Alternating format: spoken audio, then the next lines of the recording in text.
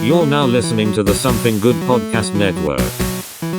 Please press any key to continue.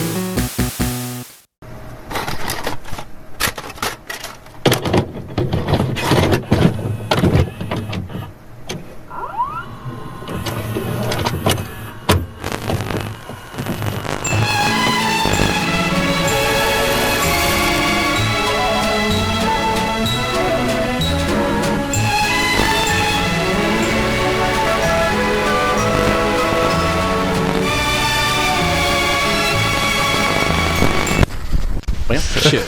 Answer the fucking phone and I'll quit calling you every goddamn day. Word. Word. And on that note, welcome to this week's edition of The Couch Potatoes. I'm Alex. This is Cap Morrison. And we're diving back into Always Sunny in Philadelphia, doing a retrospective on all the seasons up to this point, because they're still making new seasons of this, right? I think they got renewed. Yep, they're going to 15th. Still ongoing. Probably, I think we mentioned in the last episode, the longest running series, probably, right? Yep. It'll be, if it goes through 15 and gets to 16th, it'll be the longest running sitcom. Wow. Holy shit. Just a bunch about a piece of shit fucking characters from Philadelphia. Well, like, we talk about this as a regular show, but like there's another show doing the same thing called Shameless.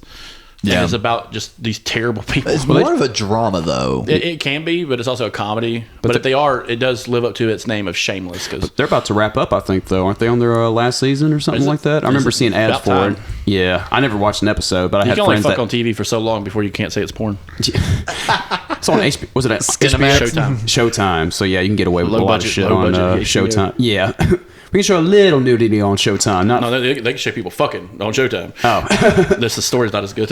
Yeah, I didn't get Showtime. I got HBO. Shameless ran for 11 seasons, January 9th, 2011 to April 11th, 2011. I mean, 2021, sorry. Yeah. There was too many fucking ones right beside each other, and my half-assed dyslexia kicked in. I'm like, But yeah, so January 9th, 2011 to April 11th, 2021. But like, you got to think about it, too. When that show started, there was like 8-year-old kids on that show who are now adults. Yeah.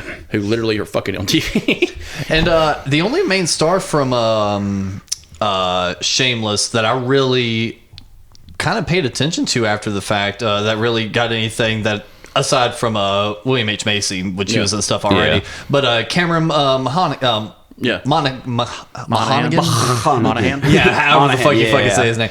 He was in a handful of things, and I liked his role as not Joker in Gotham. Oh, he's a very his dynamic is very what? Mm-hmm. Yeah, he's a very good actor. But he's actually like, I guess you could say he's a very progressive gay character on that show. Yeah, because like a lot of people like I know people who watch shows like The Sopranos and stuff like that, and you see that, and you're like, okay, but then when you start seeing a gay person like that, you're like, wow, that you've never seen that before, right? And like my parents watched that show, and I was like, I thought I'd never see my dad watch a gay guy on TV before. It's kind of like True Blood too, with what's that's the black porn. dude? That is porn. That is people like fucking. What was the big gay dude that worked in the kitchen that was hilarious? Oh yeah, the one who died. Yeah, the black guy. He's hilarious. He was like the best character on that show. Talking about fucking on TV before it's just called porn. Actually, from the same fucking network, Nip Tuck. Oh my god, another one that was basically fucking porn. That is trash soap opera. Dude, I love trash soap opera. It was so fun to watch. The Days of Our Blades. Yes. I remember clicking through those high cable direct TV channels late at night one time. I was going through my usual thing of checking G4 and Fuse and shit like that. Oh, you on the bottom of the guide. Working your way up. Oh yeah. Because you had to go through like C-SPAN 1 and 2 to get to G4. I remember they hid that motherfucker.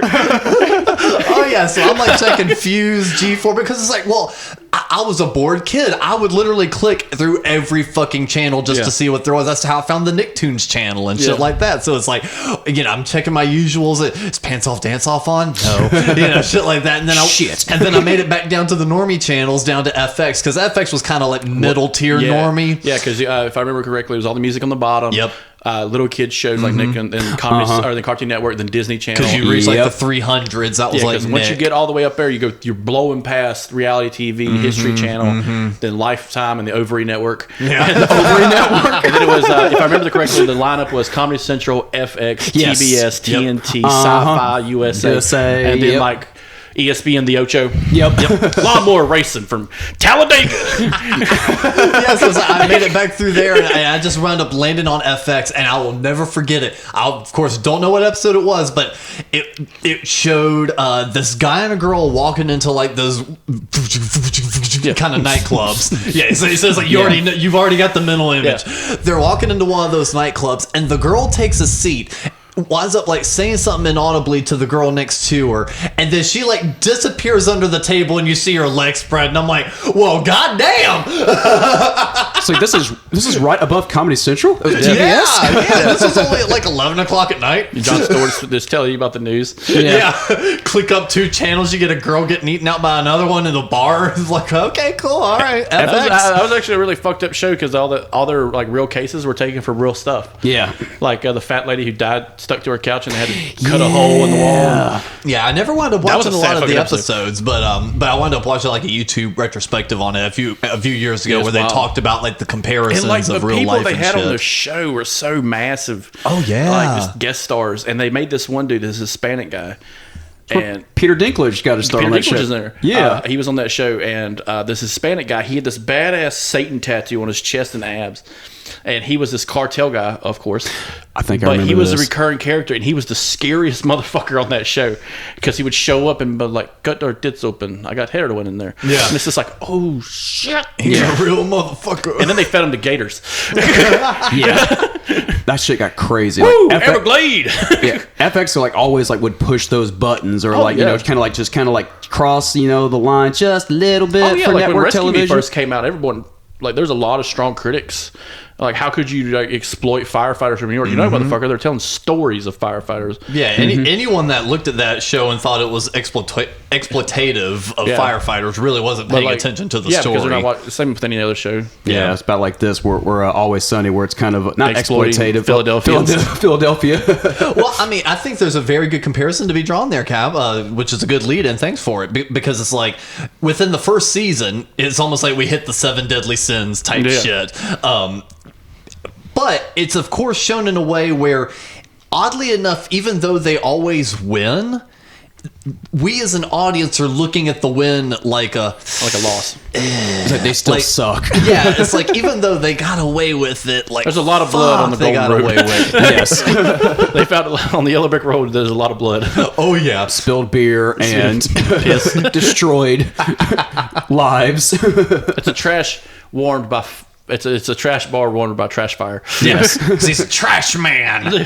We're speaking of kicking off season 2, episode 1. We finally get the last piece of the main puzzle for the gang. It's fully introduced. Danny Devito is officially part of the cast now, in which he winds up scaring Dennis, who accidentally runs over Charlie with his car. Yeah. And then Charlie winds up trying to get attention from strippers by being in a wheelchair, and the gang decides to fake disabilities. Everyone does to try to get attention.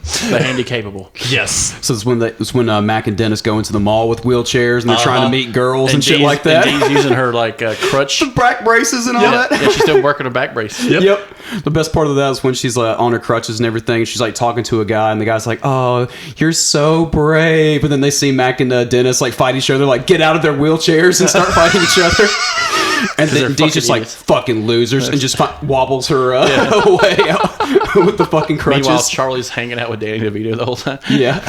Oh yeah, that's what I love about it is they go to the strip club and Frank's trying to act all crippled as shit and just to get extra like lap dances and crap, and I'm just like, this is like the funny thing about Danny DeVito being part of this crew is he never really struck me as one of those silly type actors before. Oh, I did. Really? I grew up watching him from like Junior and Twins, and I watched him in TV. So Right. he'd show up as Rhea Perlman's real husband from Cheers. And who was her real husband. Yep.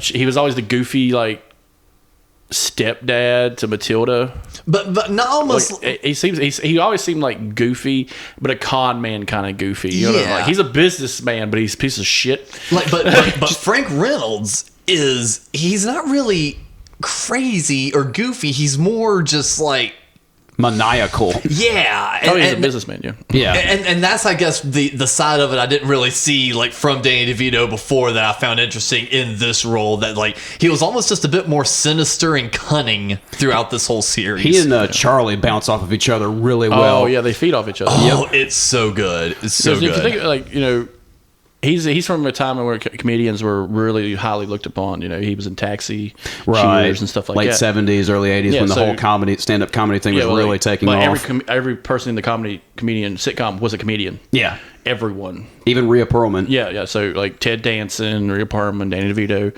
Brendan Fraser, you know, or not Brendan Fraser, Fraser, the guy that played Fraser. Kelsey Grammer. These are all comedians. Yeah. Every fucking Woody fucking Harrelson. And they're all stage actors and things Yeah. like that, too. But you take someone like that, it's someone that's irreverent and that you've never heard of, like Charlie Day, yeah. who is a natural comedic force. You know? Yeah. And He's that's the, and again, if I look at it as him as like the everyman, but like the gullible guy. and again, we talked about it last episode, but I just feel like it's worth mentioning again. All these people were nobodies before season 1. Yeah. That's the crazy thing about it is this show birthed all of these guys. And they have put it all together themselves. Yeah, it's the most like rock and roll punk rock thing about it. Is like they put it all together themselves. They wrote it themselves, shot it the cheapest way possible, and now fucking season 2 kicks off with Danny fucking DeVito. Yeah. It's like a new mainstay of the cast. It's like that's so fucking cool. So they were able to afford to pay him his quote, and I guess Danny DeVito really liked what he saw in the first season. It was just like, I can do this. well, I think just season 1 fucking blew the fuck up on FX, and it did really well. we was talking about like the whole purpose of the show. It was like for a contest. Yeah. The whole idea for Always Sunny was, hey, give us a pilot for a contest, and they won it. And I think because of that, I think FX had someone waiting in the weeds. Maybe not Danny DeVito, but some other big actor who would show up and kind of give a presence to it. Yeah. Which Be like, hey, if we can prove our concept, we'll bring in an A or B lister to kind of bring it on up. And not Which just- I think this show brought Danny DeVito back into the main light again. But not Absolutely. just that, but, you know, he has presence because of other comedic shows he was in. Cheers was one of the greatest shows on television at one time. Taxi was one of the most fucked up funny shows on television. I never at one- watched Taxi, but my mom loved Oh, Taxi. Christopher Lloyd got his start on that show. That's right. It's a fucked up show. I haven't seen it though. Andy I haven't Kaufman seen it. was on it. It's fucking weird. But yeah, I'm glad they did that because they do that with other like they do that with horror movies a lot. What they'll do is they'll bring in an actor you've seen before, and it's like, oh man, that was the mom from like the Brady Bunch. They're like, holy shit, this is a movie about fucking H.P. Lovecraft monsters coming Yeah. from the deep, and she's in it. Awesome. So an interesting note about this season also, I noticed one little additional column on the Wikipedia because usually it's got episode number overall, meaning like for the entire run, number for the season, title, directed by, written by, original air date. But there's a new little column on this one that says production code, and I noticed it goes like basically a code for season 2 episode 1, season 2 episode 2, and then it goes season 2 episode 4. I mean, they skipped at 3. And then 2, 5, 2, 7, 2, 3, 2, 9, 2, 6, 2, 8, 2, 10. I bet that was probably done because of screening. And then at the very bottom, it says season 2 for home media release, like the DVD release. Season 2 episodes are presented in production order rather than their original broadcast order. Yeah. So it's interesting that the broadcast order got swapped around when they shot them in a specific order to be released. I wonder if that was an FX move. That's probably so because I remember Because if the DVD release put it back in the order in which they shot it and wanted it to be released. the show doesn't really have a. It has a continuity, but it's not episode-driven continuity. No, it's just It's like like, little oh, it's It's hints more of it. season-driven continuity. Yeah, so like we have to watch season 1 to watch season 2. Yeah. But it's not like, oh, I got to watch episode 1 to get what's going on in episode 5. Exactly. Like, I don't need that Although we kind of witnessed it a little bit today, because season peel 3. back the curtain a little bit, we were watching season 3 some today. There was a little bit of a follow-up, which oddly enough was my first episode. The little stinger they left at the end, you're a little bit lost on if you didn't see the episode or two before. Yeah. Where it's like all about their mother's will or something like that. And the mother makes an appearance all throughout the second season too. Yeah. Well, Or I Dennis feel- and Dee's mother, that is. Well, I feel like even on episodes like that, they do such a good job in exposition in the beginning, kind of wrapping it up. It could sound like it's just a brand new thing that the gang is taking on to a brand new viewer, if that makes any sense. And anytime there's like any hard continuity, they kind of divide them up into like part 1 and part 2. Like I think in season 4 they have a whole thing with Mac's dad, who's also in this season. And also, credit to their writing, they wrote the characters in such a way that the characters repeat themselves often throughout the episodes. So let's say, like what Cap was talking about, the mother's will. Okay, that was stuff that we find out here in season 2 that still leads into season 3, but the way they talk about it in season 3 makes it sound like it's something that just brand new happened because of the characters repeating themselves all the time anyway. It doesn't feel like, oh, this is just dumb exposition. Well, it goes to like what you were saying about this was the first episode. That one episode was the first one you ever saw. Yeah, It's a drop show. it is. You can drop in at any point, laugh, not really understand who the fuck these people are. You just know that they're terrible people. And they always start with just nonsense conversations like, well, Like- this global heating, it's not called global heating, it's called global warming, yada, But yada, yada. if it's warming, it's heating. And then the gang finds out about climate change. Yes. But rolling on into episode 2, the gang goes jihad. This is so fucked up, God too. damn it. Where the Israeli businessman buys a neighboring property of the bar, and the floor layout of which actually includes half of Patty's pub, prompting the gang to go to extremes to get the man to leave. You can't show this episode now. No. I'm surprised half of these episodes are still available on Hulu and Yeah, especially how everybody's getting uptight about the whole anti-Israel thing. Yeah. So it's well, like, this was like 2006, where it's like 9/11 was only like 5 years prior to this too. yeah.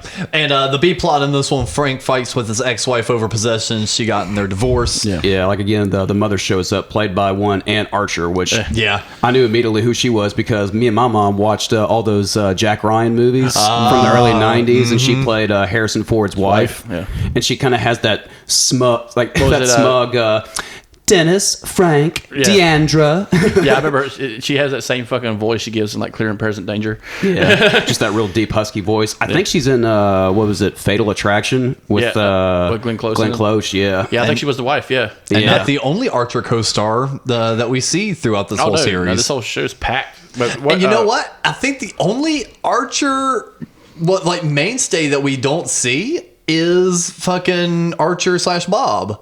I don't think he makes any sort of appearance in the John show. H. Benjamin? Yeah. Well, John H. Benjamin is a writer. Yeah. Is a natural writer. So him. You don't see him in a lot of like screen time as no, an but his actor. voice is fucking amazing. Which actually, side note, if you do want to see him do some screen time, that show Hot Ones, Yeah. their YouTube channel has a side show called The Burger Show. Yeah. And he actually went on there promoting the Bob's Burger cookbook and actually cooked Oh, a I few have of the burgers. Oh, I know, I love it. And actually cooked a few of the burgers in the recipe book and kind of showed it off and kind of like threw on his deeper Bob voice for the entire time. Yeah, that way it kind of like worked for the video. Well, Right. all those people on the show Archer have made a living doing something else. Of course, Not- like out of voice acting, just out of comedic roles. Like you were talking about Archer's mom, Mallory. Yeah. The guy that plays Pam Poovey. yeah, it's like Is a big anything. name. Cheryl.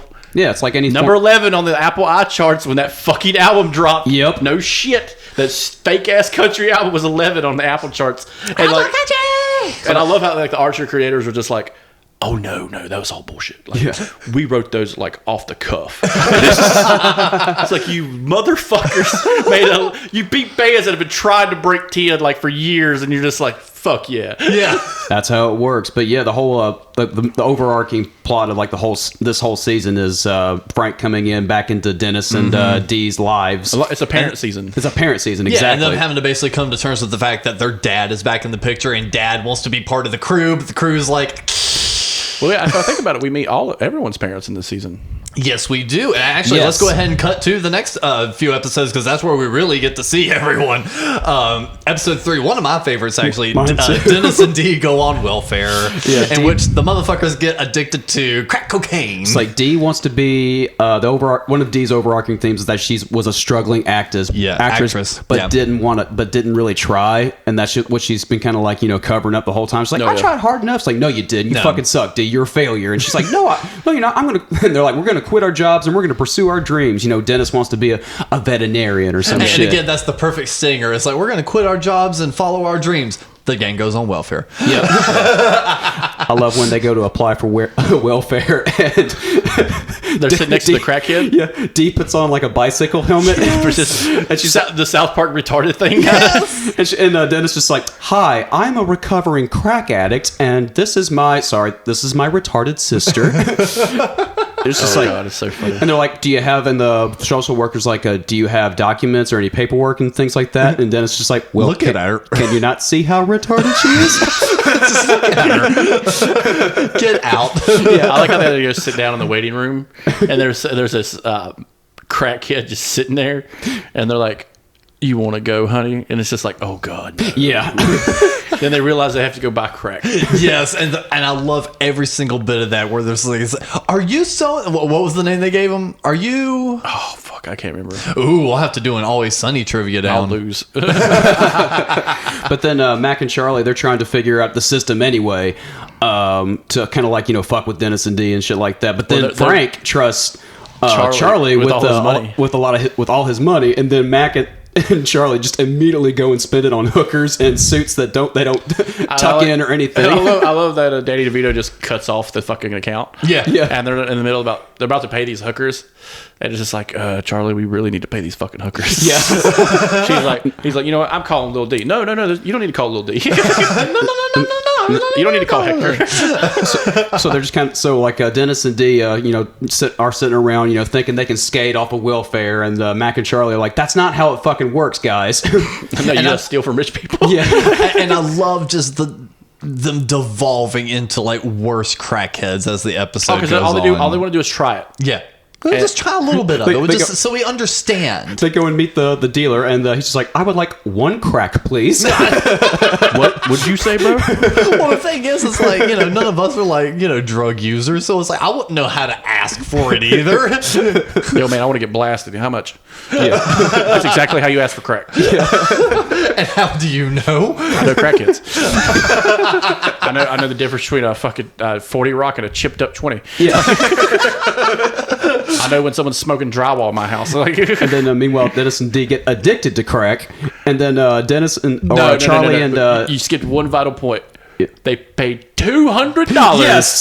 for a 20 rock. for a 20 rock. Yes. Why is it called a 20 rock? Because it is $20. They paid 200%. They forgot that crack is cheap. They paid like 1,000% more for a fucking crack rock. And I even like the guy. He's like, oh yeah.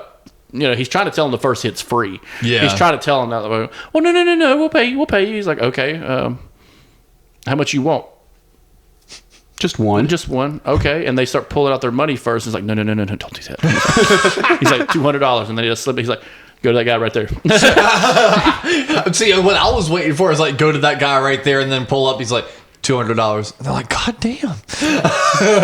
My favorite part of that episode is like when they get addicted to crack, and you see them on the just kind of like just tweaking, and then Yeah, and Then they missed a day and a half. They missed their point by a day and a half. then Mac and Charlie are in that limo full of hookers they roll the window down, and then Dee and Dennis are like fiending, going like, "You guys got any money? You guys got any money?" Literally, And the hookers are covered in money. yes, and then like the window slowly rolls back up, and then Mac is just like, "Driver, we're done here."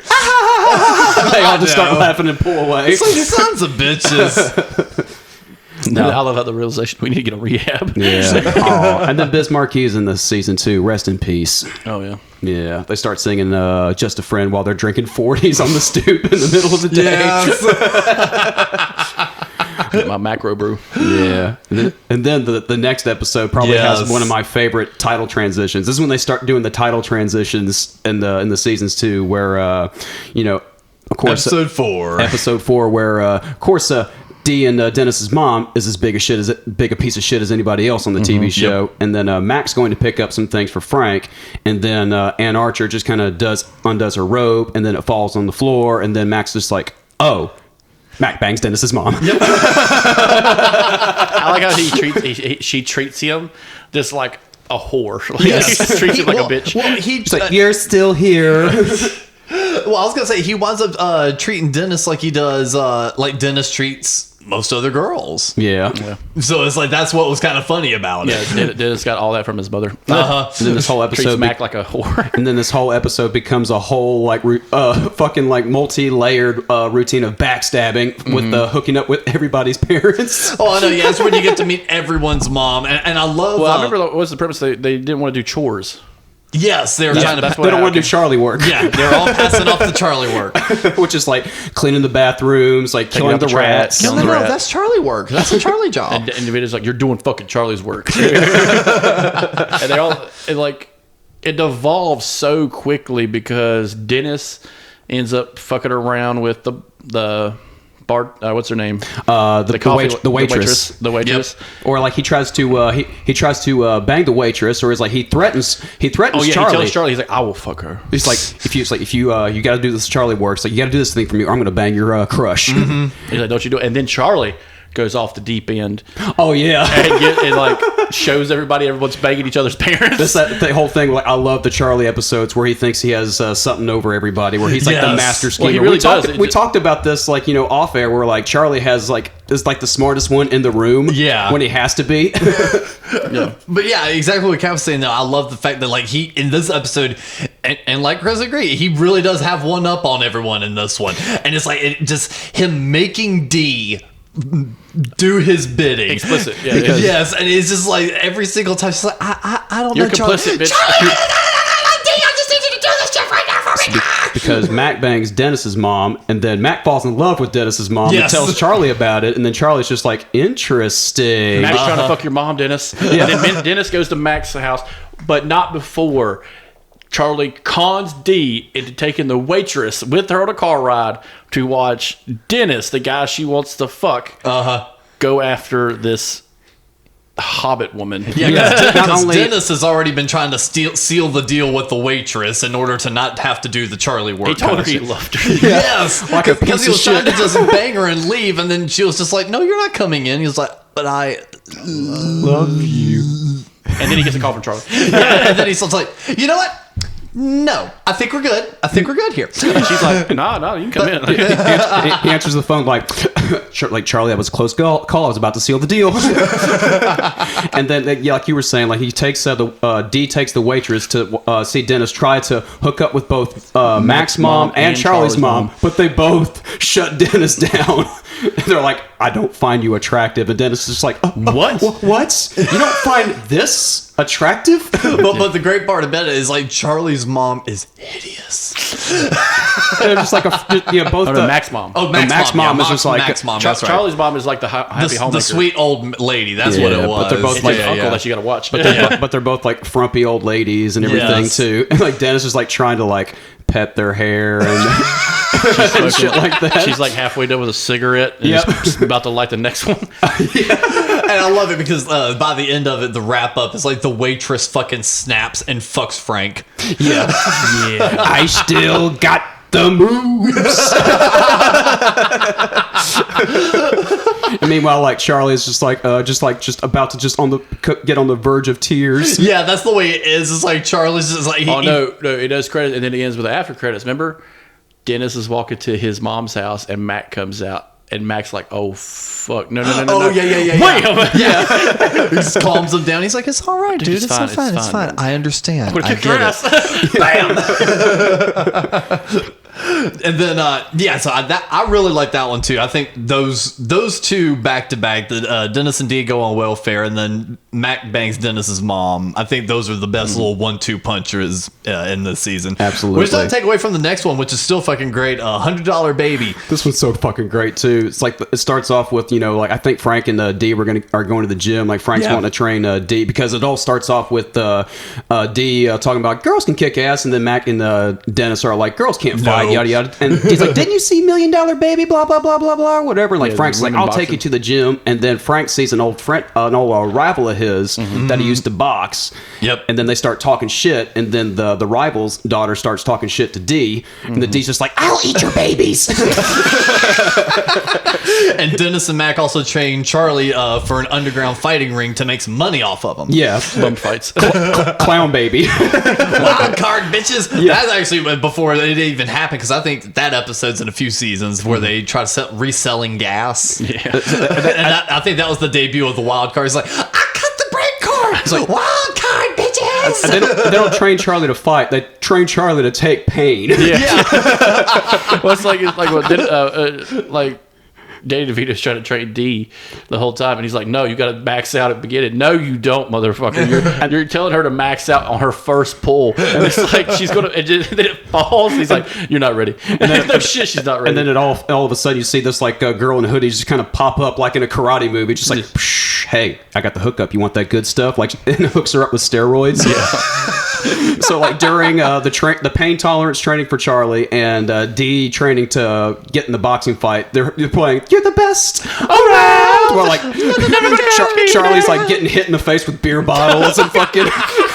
And then D is just taking steroids and like shaving her upper lip. Well, she's taking steroids and not really working out. She's just taking steroids. She's like working out with a fucking like just like 15-pound weights on a barbell. Yeah. And she's just like trying to get jacked, but she can't because that's not how steroids work, dumbass.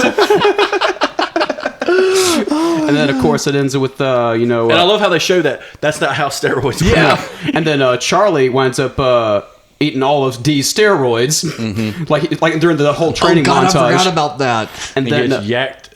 oh yeah, we left this out at the beginning. It starts with them getting mugged in an alleyway. Yeah, that's why they all was like, we gotta learn how to fight. Yeah, they get mugged in the alleyway, and the guy pulls a knife, and they kind of stop in their tracks, and immediately just shove D to the mugger.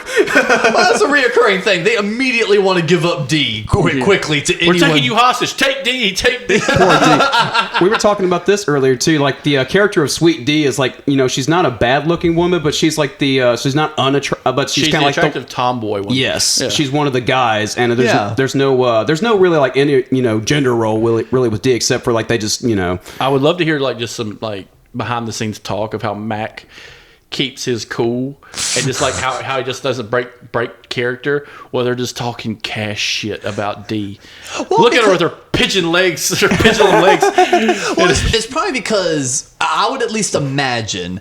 So like, Probably wrote half of it. well, not only that, but like for instance, when we first started doing something good for you, it's like Cap and I knew that we were gonna have to kind of take little swipes at each other on microphones. So it was like even beforehand, I was like, look, this is for comedy, this, that, and the other. If we take swipes, we take swipes. We're still bros. We're still friends. Yeah. It's like it's we're what friends. We do. It's what friends do. Exactly. So I was like, if I lay into you, you gotta lay in on me. It's just back and forth. And I would like to think that because they are both actors and they're both in it, they're just like, what's the most fucked up things we could say to each other? Oh, when she got pregnant, when Caitlin Olsen got pregnant, they made a whole season out of it. Yeah, Well, so I I would think- like to think that it actually causes for better writing. Yeah. And then at the very end of it, of course, Charlie and I forget what happens with Charlie. Like he can't make it to the fight, and D can't make it to the fight because I think they both kick each other's asses and they get injured. And so they get Mac to fight in the street fight, but gets his ass kicked. Yeah. And then Frank fights the father of the daughter that D was supposed to fight, but Frank takes a swing at the dad, which causes the dad to fall into the daughter, which causes the daughter to break her neck over the stool like a $1 Million Baby. And Frank's just like, oh, and walks away, and that's how that episode ends. You're the best around. Oh god, it's such a terrible fucking show. It is. And Episode 6, the gang gives back us. they got they get serviced for the events that happened in the Gang Goes Jihad, where they make the terrorist video. We forgot to mention this in the last episode. They make a terrorist threat video with very bad Arabic Yes. towards the real estate guy, and because of that, they have to Well, we get. were kind of glossing over that episode just a little bit. Yeah, but this is an important part of it. But yeah, this is actually one of the few episodes that does kind of rely on the past continuity. Not a lot of them do, though. And then they do they don't want to pick up trash or anything like that, so they do community service where they teach they coach children's basketball. Yeah, inner city children's basketball. I remember this being one of the TV commercials where Mac and D are like, trying to play basketball with each other, where like D's trying to get the basketball out from under Mac, but then Mac just fucking elbows D in the face. Throws a fucking, like he's one of the Pistons. Just Yes. throws a fucking elbow. And then I think Frank gives one of the kids like steel toe, or Dennis gives one of the kids steel toe shoes. I just wanted to see a scene where that kid's just running around kicking everyone in the fucking shins. Yeah. And then one of the kids comes up to Dennis and is like, "Are you my dad?" "No, I'm not. Go do a lap." He's like, "Okay." Meanwhile, like everybody's just in pain, from one reason to the other, and the kid's just doing laps, just like. Yep, just totally happy, totally fine. Yep. And this is when Frank starts having the Vietnamese gamblers hang out the bar.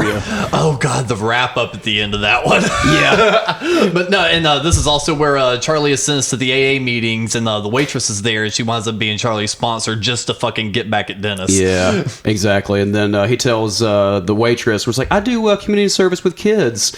It's like, "Oh, that's cool." It's like, "Dennis is too." And she's like, "Dennis is too? That's so sweet."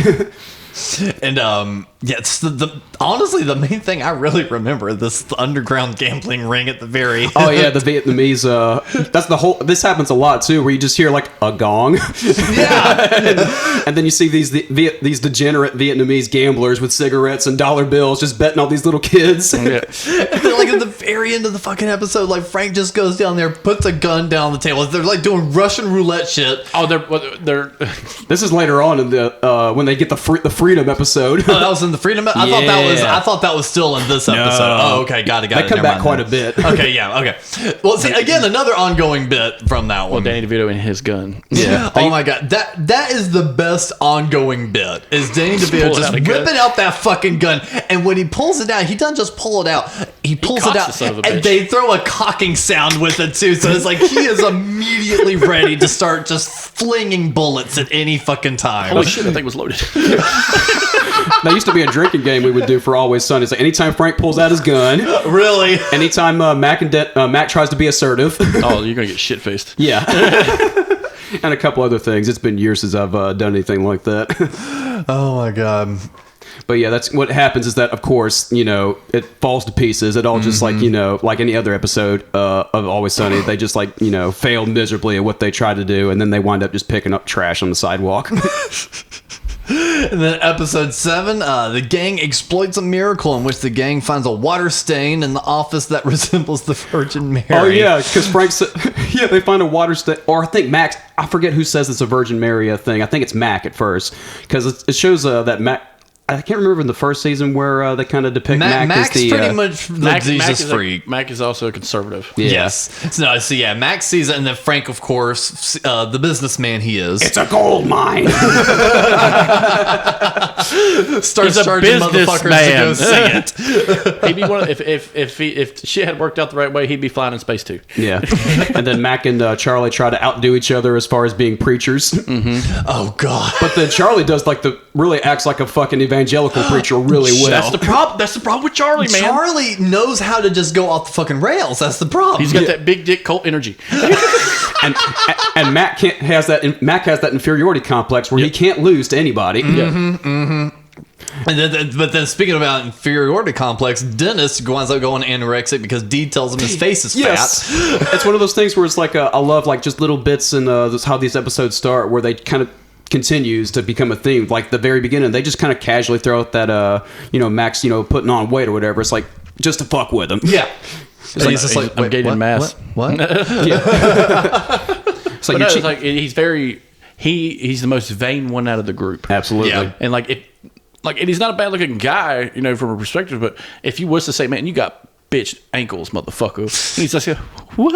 He'll take that to heart and it'll fucking ruin his day. Yeah. Well, it's because he has such a well-crafted view of himself. He called a model who was gorgeous ugly, and then put on fake tits and wore a dress. Yeah. And that's like his image of himself. And exactly what you're saying, just fucking get him a little bit more built and throw some glasses on him. He's goddamn Ted Bundy. He's like 2 kills away from becoming Buffalo Bill. Yes. Oh my God, yes. And especially, again, we keep jumping seasons, but there was like that other season where he winds up like, Frank did it too in an episode, but Dennis did too, where he basically like shaved himself completely and was like rubbing down with oil and lotion and shit. Yes, that's the episode I'm talking on. Because Frank did the same shit too, but Frank did it with Purell and Purell. Yeah, he was trying to make himself. He was like going into germaphobe mode. And this is also the first episode where one of the most recurring characters makes his first appearance. The old preacher, from Rickety Cricket. Yes,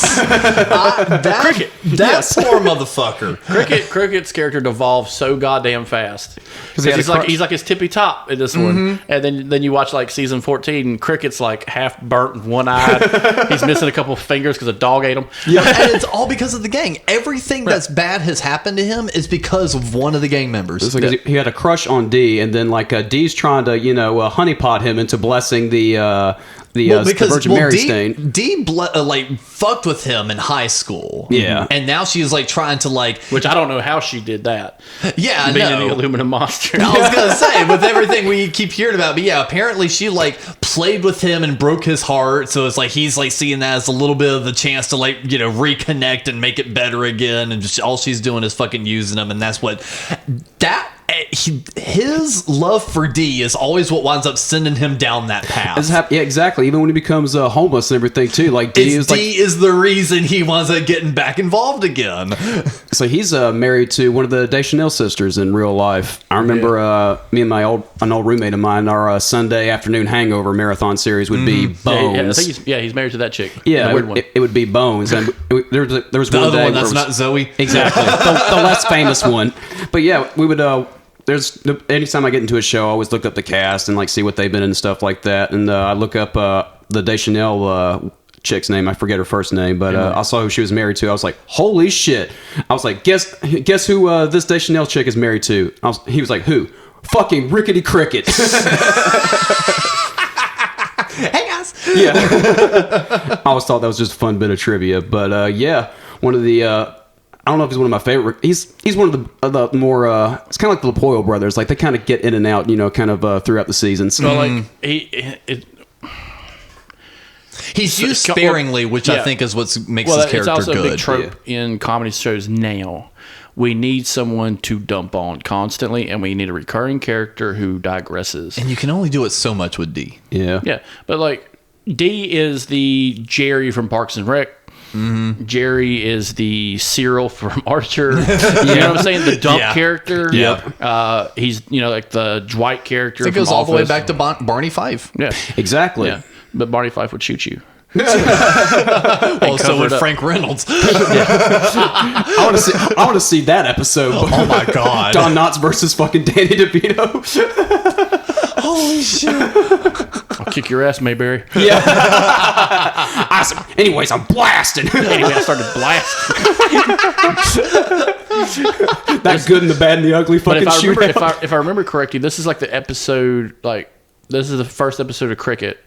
And the second episode is when he loses his ability to become a priest. Yeah, because this one he basically just dresses down the crew and is like, you're exploiting, shit like that. So he kind of comes out on top on this one, kinda. The next one is when the next time you see him, he loses his fucking and it was because he got involved with all that shit. No, I think it's in this one where it's like, why don't you just go back to being a priest? And Cricket's just like, I can't. That's not how this works. Oh, my life is you're right. You're right. Yeah, because he walks out of the bar going, my life is over. My life is over. Yeah, and that's when that was the first time you felt kind of bad because it was like the first time an outside character was truly affected by the gang. And then the next time you see him, he's just a degenerate with missing some teeth, and but he gets worse and worse as the day ends. Yeah. Cricket. Then another great episode after that, the gang runs for office, where they realize political corruption is a money-making potential. The gang helps Dennis run for a position in the local comptroller. Yeah, there we go. I have a funny story about this. So as a joke, I ran for office. Almost. Oh, I filled out the paperwork. Oh yeah, because I live in such a small town. Like Statesville is such a small place. Yeah, and a lot of people run unopposed for like public office in the town. Mm-hmm. And it's not really public office, really. It's just like a job. Yeah. that they don't hire people for. They make them elected. Yeah. And a comptroller job came up. I had no idea what that was. I knew it was an accounting position of some kind. Actually, there's a link to what a comptroller is on Wikipedia. That's what Cyril is. He's Let's a see. comptroller. A management level position responsible for supervising the quality of accounting and financial reporting of an organization. Yeah. But the county comptroller is basically who regulates the treasury of that county. Yeah. The problem is, I vaguely remember it. And we went to the elections office and I asked for the paperwork, so I filled it out. And I just forgot to send them. Oh. I would have shit. ran unopposed. I would have ran unopposed that election cycle. You should have. Shit. So if you run unopposed, it automatically goes to you. I would have been in the state government or the county government for no fucking reason. Would it, if you had a Why drop. didn't you finish his paperwork? I did finish the Or paper. else we get all- I forgot to send it in. I was on dialysis. I kept forgetting shit all the time. Fair enough. But can you imagine that? How fucking scary that is? A 20-year-old. Do it now. Oh, yeah, while I you probably remember. Should. I probably should. Do it. Do it. Unless I'm like, No, do it. No, drop out and it. get your fucking payout, too. That's what I was gonna say, dude. Cash. There's your money right there. That's politics. That's what they keep saying this whole episode. that on my- Couch potatoes run for office. I'll put that on my. I'll put that on my fucking resume. I was the comptroller of our Dude, county. I would do it just to make the fucking campaign videos for you. No, there's like literally no campaigning in that town. I bet. Because it's just everyone runs a post. Yeah, we could run a $100 Facebook ad and win. Yeah. Not even that. Put one cardboard sign up in front of like a CVS just to get name recognition. We'll just make Cap stand out there with one of those fucking double plank signs. Vote for Chris Morrison. Vote with a big old bell ringing it. Vote for Chris Morrison. Is a vote for hate. Just make it look like a bad fucking, terrorist video. Vote Oh for no! I'll make you look like Jones. one of those. End is nigh. Chris is nigh. Yeah, that's what I was talking about. Chris Yeah, with is like the nigh. double-sided plank boards. There's a ticket for free hot pockets in the store. I just love how this episode starts too, where you find out you can drop out of a race and get a huge cash payout for it, and then Frank just says you have to be such a huge piece of shit to run for office. The gang runs for office. Those transitions are fucking great. They really are. It's so weird how like so true that politics is. Yeah. Like based on this podcast, because of this podcast, if I was to write a tenets of spirituality, we would be a church. I know that is the odd thing a because tax it's exempt church it's because 3 we or have more how many people. followers on Patreon? More than Enough. 5. Yeah. So as long as you got more than 3 in a congregation, 1, 2, fucking 3. Yeah. As long as we had church. one other person. Yeah, I'm legally a minister, so Boom, there it is. the church. The Church of the Couch Something good for you. Potatoes. There you go. The Church of the Potatoes. Do you feel it, Cap? Can I hear amen? Hey man, Who brought the ranch? let me. So do you feel the Pass the snake garlic bites? bread. This is my body for the person I cooked. The blood of Christ. Go balls. Go balls. And God and Jesus said to the Canaanites, "Go Vols." And instead of doing a cross, he's doing V formation. Yes. He said, "Good old Rocky Top." Our revival is at a fucking Tennessee game. I'm sure that's been. I'll get a fucking like orange and white fucking. Like frock. Yes. After church services at the Texas Roadhouse where we all just go, Yep. When I was looking at public office and stuff like that, like how easy it is just to, like, you don't need qualifications, just be American. Yeah. I mean, we all saw that a couple years ago. You know. But it's so weird, like how true this show is. I know About it. some things, like they could run for public office. Nothing really stops you, except when you get to the higher up positions, where it has to be the 2-party system. It's like the most fucked up episode that's kind of like realistic like that is the one in season 3 where you see like pure freedom. Let's go to the basement and get away with anything we want. Well, you know who else ran for public office? What's his name? The big guy from LPN. Oh yeah, Ben Ben Kissel. Yeah, he did ran a for few public times. office. Yeah, he, he was like he talks about it like how fucking insane it is. Yeah. And that's New York politics. Yeah. Yeah, he went for like the Brooklyn Borough. Yeah. Good thing it's not like a one of those democracies where you got to fight for it because he'd kill him. Yeah. But I also like a thing I like about this episode too is like everyone is always so incompetent. They can't even do the basic thing of helping someone run for office. And then, of course, since you've got Dennis at the helm. No, because they all try to screw each other over. Yeah. Everyone sees it as now their money-making opportunity. Yeah. It's like Mac tries to screw over Dennis, and then like the cops come after. He goes to an office. I forget what kind of office it was. Was it the actual comptroller office that Mac visits, where he calls them a bunch of nerds? Yeah. Yes. And they pick him up and they threaten him. But then he leaves and he goes like, "Oh, that was so fun. I feel like a gangster." Shut up, Mac. And you know what's funny? Like you see all these, like, if you do look at actual ballot, the position names, you have no idea what the fuck they do. Like, no. if I said Nobody comptroller knows to you, these. you don't know. No, unless we you didn't know actually until Cap gave his nice little... Like, you know what a pro tempore is? No. Nope. Oh yeah, that's like fourth in line of the president. I was gonna say, That's a big fucking deal. I'm sure the general public does not know any of this. Yeah, and it's weird that we vote for these things that we have no idea, and that's the fault with democracy. Yep. I'm really hoping for like something good for you church takes off, so we can create an oligarchy in Charlotte. Vote now. Vote now. Make us 11 on Apple Music. I just want to make those campaign videos. Are you tired of paying for your house? We can do them anyway. We Tell got your the bank to power. fuck we got the editing power. That is true. I've just run on nihilism and anarchy. You tired of paying for your house? Stop. Speaking of democracy and America, Charlie goes America all over everybody's ass. In episode 9. Outraged when Dennis is smoking in the bar, Charlie teams up with Dee to start an anti-smoking rally. And then, of course, you got to have the B plot, the second half of the gang. Mac and Dennis and Frank turn Patty's pub into an anything goes bar. Okay, I thought it was in the season 3. This is the fucking one. Yeah.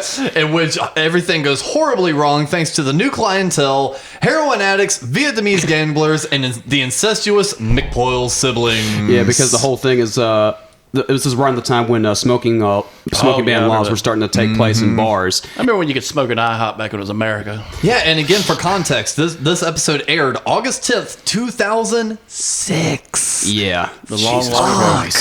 But yeah, the whole thing was like anti-smoke, like smoking in bars is un-American, according to Mac. So Mac and Dennis were like, we're gonna make this the most American bar ever, where like everybody has the freedom to do whatever. And then Mac and Dennis's idea is a girls gone wild scenario where you know what I love doing like on Facebook is like seeing people say, oh, that's so un-American, and I'm showing a picture of what was un-American, like it's the 60s, like interracial marriage, black people voting, black people existing.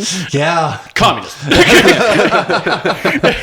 But like it's so funny how that just becomes so un-American very quickly. Yeah. It's just like shut the fuck up. So they're doing Just smoke outside. So they're doing Girls Gone Wild freedom. That's their America. But then the McPoyles show up and they start doing their weird McPoyle brothers shit. Always. And they're not doing weird shit. That's just them. Yeah. They are weird. Yeah, I could even Those say like sweaty motherfucking drink milkers. I gotta pour milk on my wound. milk drinkers. That's all They do. are. That's all drink they milk. fucking No, drink you said is like milk. you said drink milkers. Oh, I said drink milkers. Like they take a straw and put it in someone's drink and go. But yeah, they even say like come up to him and say, "Don't do your fucking weird shit." They're like, "What are you talking about?" It's like You know you that thing are you do the every weird day? shit. Yeah, because their whole excuse was, "What? I thought this was a free country, Mac and Dennis," and they're like, "Oh, god damn it!" Like, don't use our words against us like that. And then Frank's trying to do his weird shit with the Vietnamese gamblers. His underground gambling ring. Hey, Frank always has the best B plots when they like really focus on him. I was like, "Where do you keep your knives?" They're Why? starting to bet each other's fingers. Yeah, it's like when I watch stuff like this, I'm kind of glad I don't have my own place just because I would do that. Oh my It's like a God. side hustle, like every Saturday night, have everybody come over to gamble. All right. Side note: if we I would be a comptroller gambling. Side note: if any of us And wind up- podcasts on Sundays. Go Vols. And then they Evangelical podcasting. Yeah, so side note, if one of us winds up wanting to swap out roommates and live with Chris, we're not. Cap would be my roommate. We're just gonna play poker and bet each other and play Russian roulette. I'm I'm sorry. gonna take the door off the hinges, put some foam on it, make your whole room a studio. Well, I was gonna say I have a feeling like if Chris moved in with Cap, it would quickly turn into a Cap is butter situation where he's like Chris is like has the Vietnamese gamblers, and Cap's like, oh geez, what's going on here? And Chris is like, shut the fuck up, Cap. He's like, oh okay, geez, I'm just gonna go play my guitar. No, we'll just be What's watching. Chris doing? I don't know. Play for my new friends. Okay. One of them might be a producer. I can't understand what they say. Have you met my friend Phil Spector? He'll make you famous as a victim. Yes. Cap's like Phil Spector. Oh geez. But yeah, it's just, then it becomes like one of those things. And this is it's like what? And then Frank tries to pull it. And I was like, what? I thought this was all about freedom. Yeah, but yeah, like I said, the very ending of that where one of the fucking Vietnamese guys shoots himself in the end of the episode. Oh, because they're pulling a deer hunter. Yeah. That's what they're doing. They're doing the Russian roulette, and that's the whole point of Deer Hunter. Yeah. If you've ever seen the movie, is Christopher Walken and Robert De Niro trying to shoot each other in the head. I never watched it. I saw that it was like 4 hours long. I was maybe. If you can watch Apocalypse Now, you can watch that movie. Yeah, but I was into war movies when I was It's in a war got movie. into- They're in Vietnam. Well, I They know, do but it. it looked like It's intense. Okay. But like the I thought whole it was like, in a war. yeah. I need to watch the Deer Hunter. Chris is like, I want to punch I made you that so joke bad. to Brad. He didn't get it. Dude, this shit's gonna be fucking intense. I thought it was going to be in a venue. Well, sure, it ain't gonna be fucking in teepees. Y'all, by the way, doing Sherm in a teepee. That goes out to DJ. And before we get yelled at by Always Sunny fans, we got to bring up the part where Charlie just starts screaming like, "I'm gonna kick some ass, I'm gonna fight some ass, I'm gonna kick some ass and fly like an eagle." I love all of Charlie's impromptu songs, and I would like to think that Charlie Day, the actor, is thinking of that shit on the spot. I would like to think in the script it just says Charlie sings, and he's just making that shit up he on wrote the the spot. Charlie's Pup song. Yeah, in real he life. wrote that, but like just those quick little like, just like I'm gonna kick some ass. I like to think he's just thinking of that in the moment when he's being that Well, character. I know he thinks about like he thought up of that whole Charlie sandwich, the chocolate peanut butter and cheese sandwich. He thought of that on the spot. Oh my god! Because like that whole that's an improv scene with him yelling at Danny DeVito in season 1. No, man, the cheese goes on the outside, chocolate and peanut butter goes on the inside, then the bread, cheese, then bread. Yeah, because Frank is just a degenerate like Charlie is, which is why they work so well together as characters. Oh, look at this fucking place, man! Yeah, It's maybe a 1-bedroom place. There is no kitchen. He's got a hot plate. Yeah. It's 2 rooms and one's probably a closet. It's like, and we hadn't gotten to it yet, but it's like I can't wait for the seasons where they move in together. So what is that? That's my toe knife. But the thing is like they seem like such opposite type characters, but then their living situations work well together, which is the fucked up Well, he thing. sees Charlie as a son. Yeah. That he wanted. Because Charlie will do anything. Dennis is a rapist. And then finally, the last episode of the season, Dennis and Dee get a new dad. Yeah, we find out that Frank is not the father. Yes. It's the dad from Seventh Heaven. Yeah. Yeah. And they find out about that through MySpace. And again, kind of putting a nice little time period piece on this season is MySpace. I love how it starts too. It's like, what is MySpace? It's, It when teaches you HTML. Dude, it taught me HTML. That's part of the reason I'm like halfway decent at any of the shit I do today. I used to love doing like the whole copy paste and the whole like going in and changing stuff. Yes. Because you remember what that one thing MySpace did when you clicked on someone's account? You remember what it did? Play music. Yep. Yeah. And that was so fucking annoying because somebody's music is shit. Yeah, and you know what I did? I hid the player. I went into the code because I had a completely renovated page anyway with like backgrounds and themes and all that shit. I still remember my I login. absolutely hid my player because I'm like, no, fuck you. I have good music taste. You're not going to pause my music. Yeah, I remember my fucking login stuff and everything. Yeah, they're like, Then they cleansed it. Remember when the mass cleansing started? And it's like if you haven't fucked with your account in like 8 years, it destroyed it. Yep, Yeah. and it just So much completely good wiped times. everything. and then Mac was giving them shit for it, going like, "Oh, you guys are a bunch of losers," or what? And they're like, "Well, you're drinking a beer at 8 in the morning." Sorry, there's a gnat right there. That's not a fucking gnat. That's a goddamn fly. That's a fat boy flying around. I know, that's I'm why- just waiting for you to fucking Karate Kid that shit. But no, this they make such a good pair though, like comedic wise. Yeah, they find out that what's the guy's name? Bruce. Yes. And Bruce wound up getting an inheritance, and that's why Ann Archer kind of falls back in love with him again. And then Dennis and Dee kind of like, oh, this is the nice dad. This is the dad we've always wanted. They're doing like fundraisers, for kids and stuff like that. Meanwhile, Frank's trying to get Mac and Charlie to fucking sabotage him. Yeah. And get all his money back from him. It's like, you're gonna give him, you're gonna take my family from me. Fuck you, yada yada yada. And then he sends Mac and Charlie to one of his fundraisers. Mac and Charlie are like in hoods and like black clothes or whatever, and they try to jump him. They act like they're gonna jump him. Mac bails immediately. Charlie's just like just freezes, and he's like. And Bruce is like, "Oh, you're so sweet." Yeah, and they wind up fucking him or trying to screw him hard come next season. Yeah. Then it ends with Ann Archer, Dennis, and Dee, going to a hospital with Bruce, and this looks like it's going to be a fun family get together. And then Bruce is like, "Here, put these on," and it's the Robin Williams, Patch Adams, clown noses, and they're like, "Oh."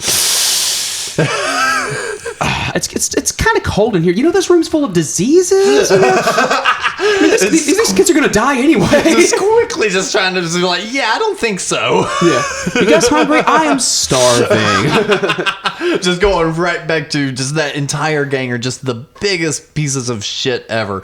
Yeah, it never ends well for anybody. No, but I think that's part of the reason why we like this show, though, or like we as the collective of they've got so many seasons under the belt, they have successful show, and I think it's because most of the time the good guys usually win. There's always some good little wrap up. Most of the time in these episodes, there's not a satisfying, quote unquote, satisfying ending. I think this is like, when post Seinfeld, where like, most TV series, like you have likable characters, you want to root for the characters. And I think after in a world post Seinfeld, where you like get a kind of a realistic take on, human behavior and how unlikable, human beings in general can be. There's been a lot more series that have done that take since. Well, it's not only that, but I think people forget / underestimate how much 9/11 even changed media and the way people consume stuff. And with this only being 5 years, not even 5 years after the fact, I think people are still kind of looking at that gritty side of life. Yeah. And kind of looking for that even in media. They weren't looking for the glitz and glamour of the, the nice, suburban home family anymore. They were kind of looking for a little bit more of that real. And I think this just kind of came at that perfect time. Oh, yeah. I think you're right. Enough time for things to heal a little bit, but then still fresh enough to where people are still feeling the rawness and the realness of the world. Yeah, when you're still working on like the second term of a president, you're dealing with the backlash of a Patriot Act. Yeah, and you can make fun of yourself now. You can make fun of yourself now, and it works so well. And you're right, it does change a lot, and a lot of comedies have changed. And if you think about it, this is around the time, it's a few years before Parks and Rec and The Office, American version, and that kind of weird like Clash documentary comedy started. Like I know what you mean. Yeah, the interview style. Modern Families, like because they cut away to like just let me tell you something real quick. Yeah. I remember you and the Muppets did a joke on that where it's like, oh, we're doing interview style. No, that's just cheap jokes. Yeah, but like that's when that whole scene started. I think it's because of a lot of realism and a lot of more dynamism. Yeah, from outside perspective. And it's like, even though no one could really get away with even a quarter of the shit this gang gets away with and still be walking the streets, and there's still a bit of like dramatized realism that we haven't seen in media like that. I think what it does was, if you watch the show long enough, it's not very steady camera wise. It's very realist. Like they're filming it on the spot because it doesn't change. Even the film quality is a little bit grainy. It takes a good bit of seasons for them to update cameras, but even then they update the cameras, but they don't change the shooting style. Yeah, it's still shaky, and that's one of those things where, like, if you incorporate that in it, you save so much money on stabilizers and stuff like that. And the camera work is shoddy. but in a good way. Yeah, it kind of puts you there. It almost feels like the home movie vibe of you're just watching the fly on the wall, watching this debauchery It feels go like down. I'm watching my friends make a show. Yeah. Exactly. And I think that's what's great about it. And the best shows I've seen do that. That shaky zoom in, zoom out, like frame adjusting. There's no like close ups on anybody. It's all just shaky, wide out. Another show that did this, fucking Trailer Park Boys. Yeah. Trailer Park Boys. But Trailer Park Boys did something really weird that I love. Is if you watch it long enough, every now and then you'll see like someone's face blurred out, and then the next scene they'll be like smoking and telling you something without their face blurred out. Yeah. Or you'll see a sign blurred out, which is obviously a fucking stop sign. And like, why are they blurring that out? It's like because they have a budget to do it. Like, Is that show still running? yeah, I think so. God, that might Still be kicking movies and shit that might be the longest running series. in Canada. Yeah, in Canada. Letterkenny is kicking its ass right now. Yeah, I can imagine. I still have not been able to get into Letterkenny. It's a hard show to get into. I like Canadian humor though. Yeah, theirs is just about Hicks, like the small town vibe of it, and plus it's fast. Those guys are just Oh yeah, soup. It's not like Trailer Park Boys, which is kind of has some Always Sunny beats to it. Well, they kind of like I love that part of it because I'm just trying to go get some darts and trying to get a drink, and those guys are just sitting around smoking, selling vegetables, and then talking cash shit. Yeah. Okay, so to kind of wrap up this episode, a little bit info on Trailer Park Boys. The original run was on the Showcase network from 2001 to 2008. It doesn't say what it was syndicated on in the U.S., but then they I saw did it on IFC for the first time. Okay, so yeah, that was probably where they were showing it, but the from Showcase rather. So they were licensing it from Showcase and then showing it on IFC. And then Netflix picked it up from 2014 to 2018 with new episodes. Yeah. And then starting in this year, 2021, sewernet.com has picked them up for new episodes. So the only time they were on TV was from 2001 to 2008. Yeah. After that, it's been all streaming services. And then even from 2008 to 2014, they weren't doing much. But it kind of works like Futurama a little bit. Like in syndication, it's more it's better. Yeah. You know what I'm saying? Like something as Roseanne. Roseanne's so much better in syndication because, they show like 40 episodes in one day. Like Exactly. But then there's also 10 specials. So I'm pretty sure they did a few specials in between. I saw one movie where they're in prison, which is hilarious. But other than that, I didn't watch all the movies. Yeah, I didn't either. It's like I kind of got burned down on Trailer Park Boys after about, And I will say something about all those other shows I mentioned have ended. The Office, Parks and Rec. All these shows have ended permanently, with maybe a callback here and there. Modern Family's still going, I think, but the kids are aging out of it. Yeah. Yeah, they're almost 30. But like, other than that, this show hasn't done that one thing that ruins shows to get them canceled. They haven't jumped the shark yet. There's no episode or season that goes too over the top and unbelievable. Oh, shit. Actually, Modern Family ran from 2009 to 2020. They just wrapped up. Damn. I never watched it, but I knew. I watched a couple seasons. It was funny. Yeah, he's hilarious. Al Bundy and there's no way Al Bundy married Superior Oh my god, he married Kate Seagal. Yeah, I just went to the Wikipedia page. They've got the fucking family tree on there. That's weird. It's very important. It's the mainstay of the show, so you know who's who. Yeah.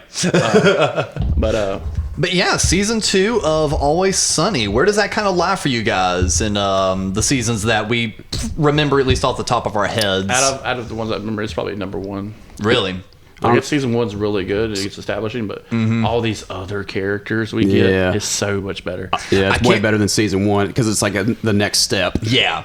No, I definitely agree. It's our phase 2. Yeah, this. I think they keep getting better as each season goes. Like, I think season 3 is better than season 2, but I think season 2 is better than 1. So I think they just kind of keep getting better. And I can't remember off the top of my head, but I think I'm kind of like scrolling just the random seasons right now.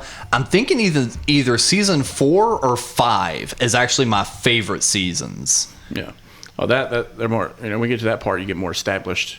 Yeah, but then it's like, but the writing on those were really good. It was a lot of twists and turns. It's like by this point, the fan base kind of knew the rhythm of the show, so they were trying to change it up a little bit. It's kind of like Rescue Me, like where they kept fucking switching around on women. They trying to go back to his wife. Oh yeah, dude, seriously, that's what my favorite seasons of Rescue Me are, like seasons 3 and 4, is because they've already had those first 2 seasons to really establish characters. Now we can just let them run wild. Get to have some fun with them. Yeah, what's weird is going back and watching first seasons of shows you really like. And you're like, man, this is terrible. Oh yeah, but it's also interesting though, because those are also the seasons that got you hooked, and it just goes to show how good the series is if you go back to watch season 1 and go, oh man, how different it gets better than this. I know that. Yeah, It's like Family Guy. The animation gets so much better. the voices are a little bit more developed. Yeah. And they change up people. It's no longer this guy like with Seth MacFarlane. It wasn't his wife doing Meg. Now it's Mila Kunis. Yeah. Ooh, Shuda Mila Kunis. That was the only funny part of that whole special, but that's a whole other podcast. Ooh, actually, that would be a good Couch Potatoes review. The 3 Family Guy Star Wars episodes. But on that note, this has been another episode of the Couch Potatoes. I'm Alex. This has been Cap. And Morrison, do you have any sort of final thoughts for us? Run for public office, start a religion, and Don't pay let taxes. Jesus pay the mortgage. Just squeeze as much money you can out of your state government, because it's going to go wasted to like cops and like food kitchens and shit. So just get as much money as you can, build a bunker, start a religion. You'll be so much happier. And buy Bitcoin. No, I don't know. That's fake currency. I trust God with my money.